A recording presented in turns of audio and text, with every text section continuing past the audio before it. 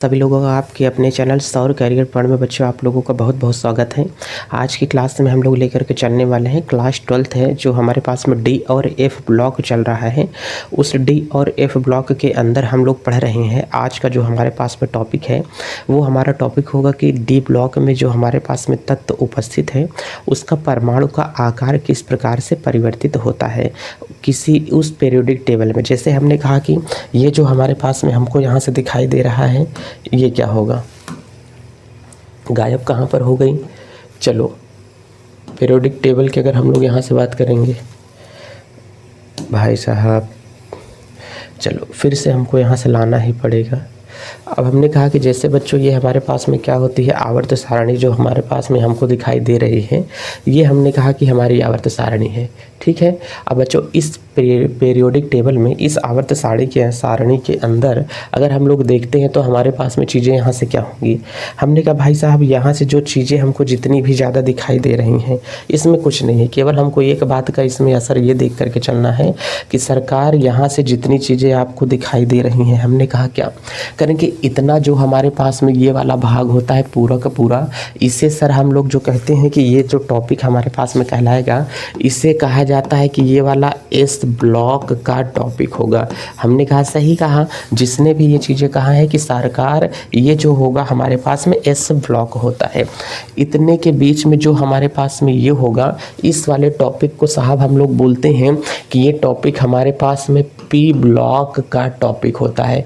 हमने कहा इसे पी ब्लॉक कहा जाता है। और सरकार ये जो हमारे पास में होगा इसे हम लोग कहते हैं, इसे हम लोग कहेंगे तो सरकार ये डी ब्लॉक होगा।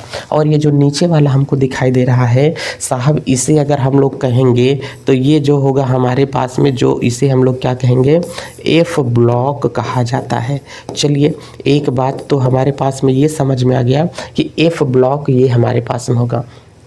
अब ध्यान से समझे, एफ ब्लॉक अगर ये हो गया हमको केवल और केवल पढ़ना है क्या होगा बच्चों डी ब्लॉक हमको पढ़ना है। इसमें हमको ये जानकारी लेके चलनी है कि ये हमारे पास में स्कैंडियम होता है, टाइटेनियम होता है, वैनेडियम, यहाँ से लेकर के हम लोग जिंक तक जाएंगे। जब किसी पीरियोडिक टेबल में परमाणु का आकार कैसे परिवर्तित होता है पहले इस बात को आप लोग समझो। हमने कहा बच्चों ध्यान से देखना, अगर कभी भी मैं आपको ये समझाना चाहूँगा कि कोई अगर आवर्त सारणी आपके पास में दी जा रही है, आवर्त सारणी अगर आपको कोई दी जा रही है तो परमाणु का आकार कैसे बढ़ता है पहले इस चीज़ को समझो। तो हमने कहा कि यहाँ से हेडिंग हमारे पास में क्या है, डी ब्लॉक में तत्वों का परमाणु आकार।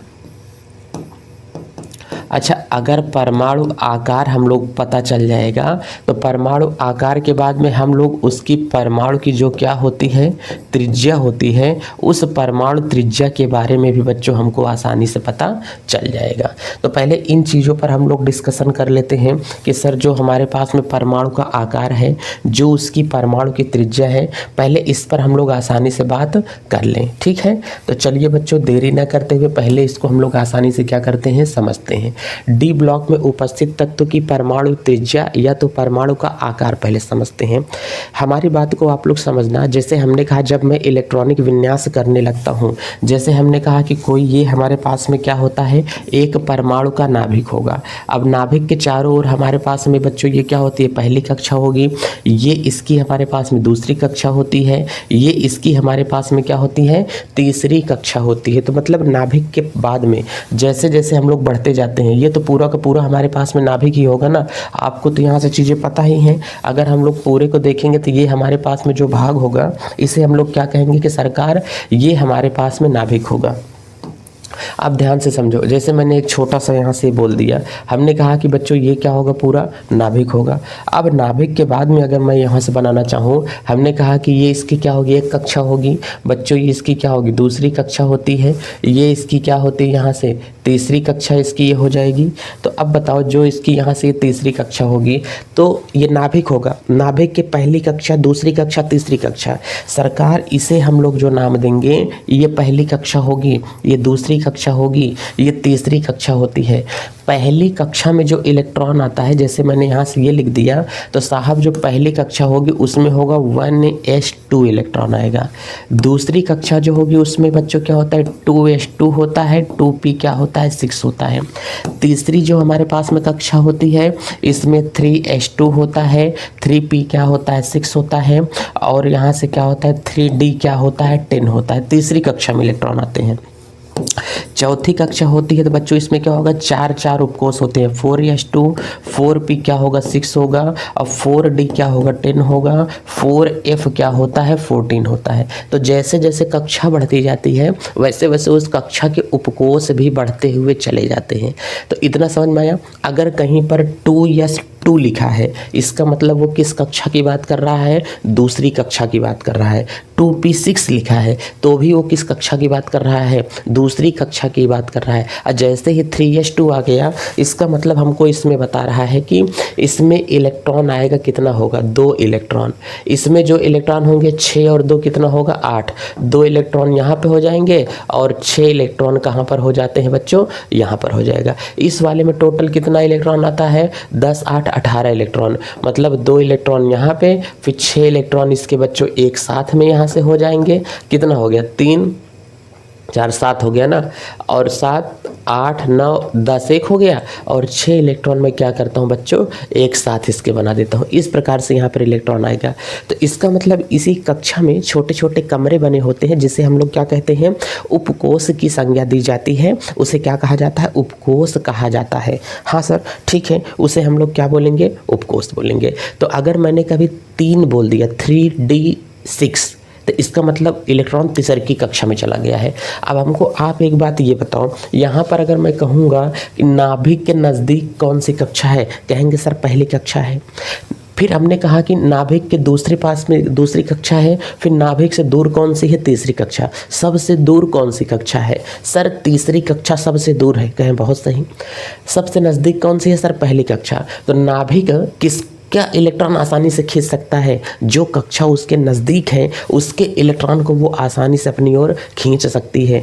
कोई किसी इंसान से हम उतना ही जल्दी अपने प्यार का इजहार कर सकते हैं वो जितना हमारे क्या होगा, करीब होगा। अगर वो इंसान हमसे बहुत ज़्यादा दूर होता है तो उससे हम अपने प्यार का इजहार नहीं कर पाएंगे। एक माँ अपने बच्चों से प्यार करती है, बच्चा जब नज़दीक रहता है तो उसको चोट कहाँ लगी है वो माँ देख सकती है। अगर बच्चा मुंबई में रहता है तो माँ नहीं देख पाएगी कि बच्चा क्या कर रहा है, क्या नहीं कर रहा है। समझ में आ रहा है कि नहीं। तो दूरियां बढ़ने से रिश्ते क्या होते हैं, कमज़ोर पड़ जाते हैं। तो वही हाल यहाँ पर है। हमने कहा नाभिक का प्रेम किस कक्षे पर ज़्यादा होगा, सर पहले पर। किस कक्षे पर सबसे कम होगा, सर अंतिम वाले कक्षे पर सबसे कम होगा।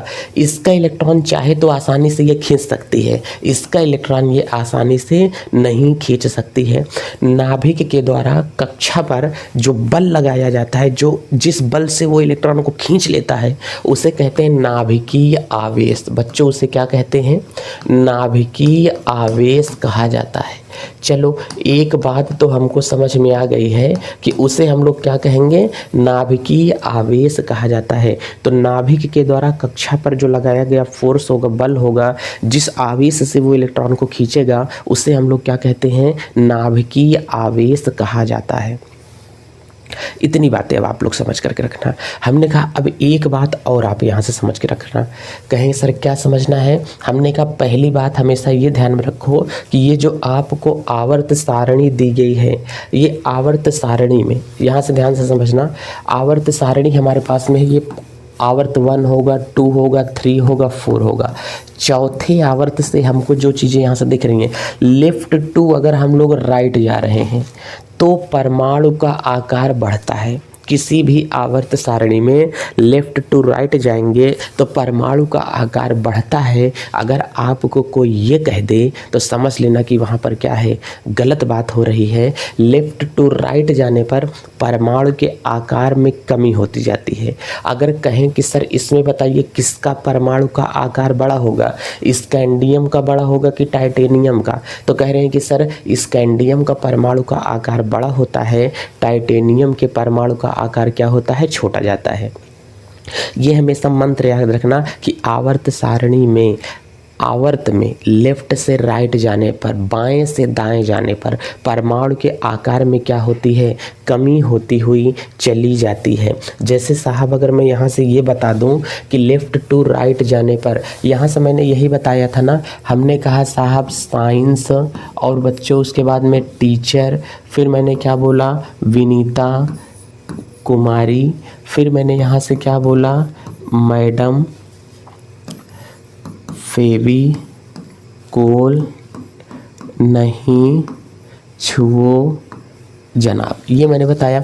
अब आपको यहाँ से ये चीज़ें इतनी समझते हुई चली जानी चाहिए कि हमने कहा कि जैसे मैं यहाँ से ले लूँगा कि साहब ये वाला हमारे पास में परमाणु का आकार क्या होगा, अगर इस वाले का परमाणु का आकार हमारे पास में इतना बड़ा होगा, इस वाले के बच्चों क्या होगा, छोटा होगा, इस वाले का अगर आप लोग देखोगे तो और छोटा होगा, इस वाले के परमाणु का आकार देखोगे और छोटा होगा, इसका परमाणु का आकार और छोटा होगा, इसके परमाणु का आकार और छोटा और छोटा और छोटा होता चला जाएगा।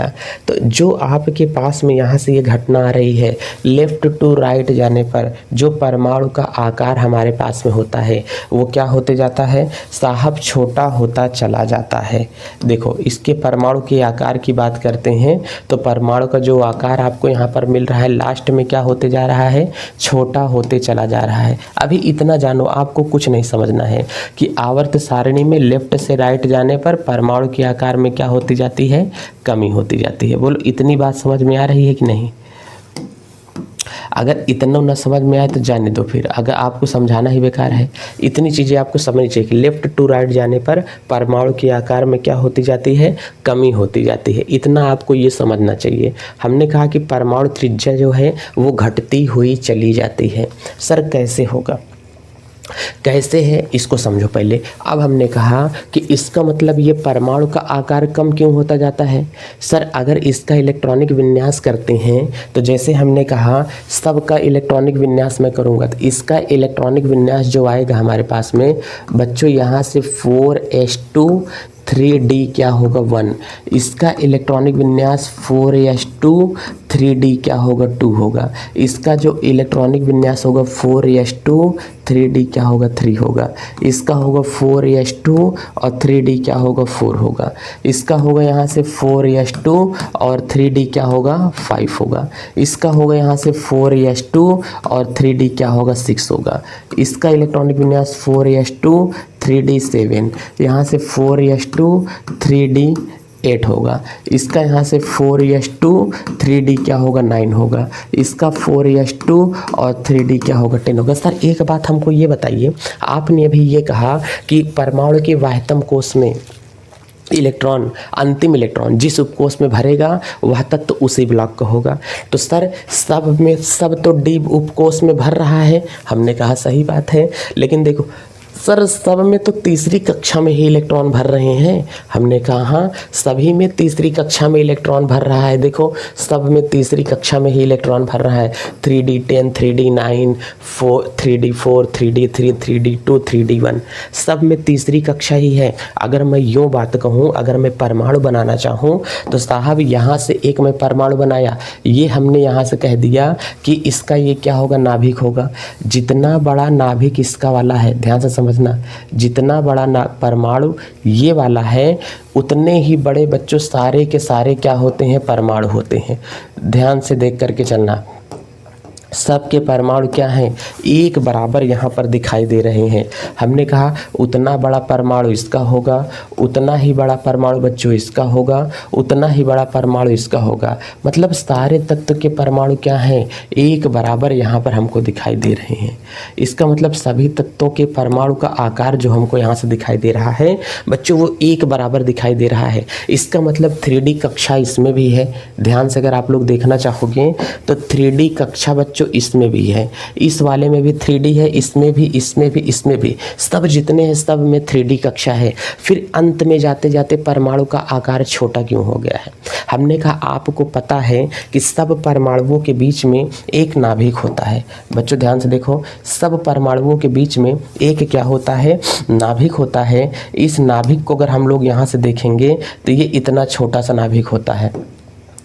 देखो, अब हमने कहा कि जो यहाँ से नाभिक हमको सब परमाणुओं के बीच में दिखाई दे रहा है, ये ध्यान से देखो, इस परमाणु के बीच में ये नाभिक रखा हुआ है, इसके बीच में भी ये नाभिक है। सभी परमाणुओं के बीच में छोटा छोटा नाभिक उपस्थित है कि नहीं? कहें सर बिल्कुल, सब परमाणुओं के बीच में छोटा छोटा क्या है? नाभिक यहाँ से उपस्थित होता है। देखो, सब परमाणुओं के बीच में यहाँ से क्या है? नाभिक उपस्थित है। अब हमने कहा इस नाभिक अगर है तो नाभिक के बाह्यतम कोश में सर यहाँ पर इलेक्ट्रॉन भी तो है कि इलेक्ट्रॉन इस पर नहीं है? कह रहे हैं कि सर इलेक्ट्रॉन नाभिक के ऊपर यहाँ से है। अब हमने कहा जब इलेक्ट्रॉन नाभिक के ऊपर यहाँ से है तो जो तीसरी कक्षा का इलेक्ट्रॉन होगा, नाभिक जैसे जैसे ये कक्षा इसकी बढ़ती हुई चली जाती है, इस कक्षा में उपस्थित इलेक्ट्रॉन को ये धीमे धीमे अपनी ओर नाभिक ज़्यादा बल लगाने लगता है। इस कक्षा के ऊपर भी नाभिक क्या करेगा? ज़्यादा बल लगाएगा। इसके ऊपर नाभिक और बल लगाता है, इस कक्षा को अपनी ओर खींच लेगा। इसके ऊपर और ज़्यादा बल लगाएगा, इसको अपनी ओर खींच लेगा। इसके ऊपर और ज़्यादा बल लगाता है, इसको अपनी ओर क्या करता है? खींच लेगा। तो सभी परमाणुओं के ऊपर नाभिक क्या करता है? बल लगाते हुए चला जाता है और वो कक्षा को अपनी ओर क्या करता है? खींचते हुए चला जाता है। तो बच्चों, इतना आपको यहाँ से ये समझना पड़ेगा कि परमाणु का आकार छोटा क्यों हो जाता है? तो नाभिकीय आवेश बढ़ने के कारण। नाभिकीय आवेश इतना ज़्यादा बढ़ जाता है कि परमाणु का आकार अंत में जाते जाते क्या होता है? छोटा हो जाता है। परमाणु का आकार अंत में जाते जाते इतना ज़्यादा छोटा हो जाएगा तो हम लोग कहते हैं कि लेफ्ट टू राइट जाने पर परमाणु में प्रोटॉनों की संख्या की वृद्धि होती है। हमने कहा इस तत्व का परमाणु क्रमांक बच्चों क्या है? इस तत्व का परमाणु क्रमांक 21 है, इस तत्व का परमाणु क्रमांक 22 है, 23 है, इसका 24 है, इसका 25 है, इसका 26 है, 27 है, 28 है, इसका 29 है, इसका क्या होगा? 30 होगा। तो जैसे जैसे किसी तत्व में उतने ही प्रोटॉन होते हैं जितना कि उस तत्व का परमाणु क्रमांक होता है। क्योंकि प्रोटॉनों की संख्या को ही क्या कहते हैं? परमाणु क्रमांक कहते हैं। 11th क्लास में आप लोगों ने पढ़ा है। तो हमने कहा कि अगर मैं एक यूं परमाणु बना देता हूँ, इसके बीच में मैं एक नाभिक दे देता हूँ, तो हम कहेंगे कि सर इसमें जो प्रोटॉन है वो 21 प्रोटॉन होगा। सर एक परमाणु मैंने यहाँ पर बनाया, इसका मैंने नाभिक बनाया, इसमें जो प्रोटॉन है सर 22 प्रोटॉन है। इसमें धनावेश की संख्या कम है, इसमें धनावेश की संख्या ज़्यादा है।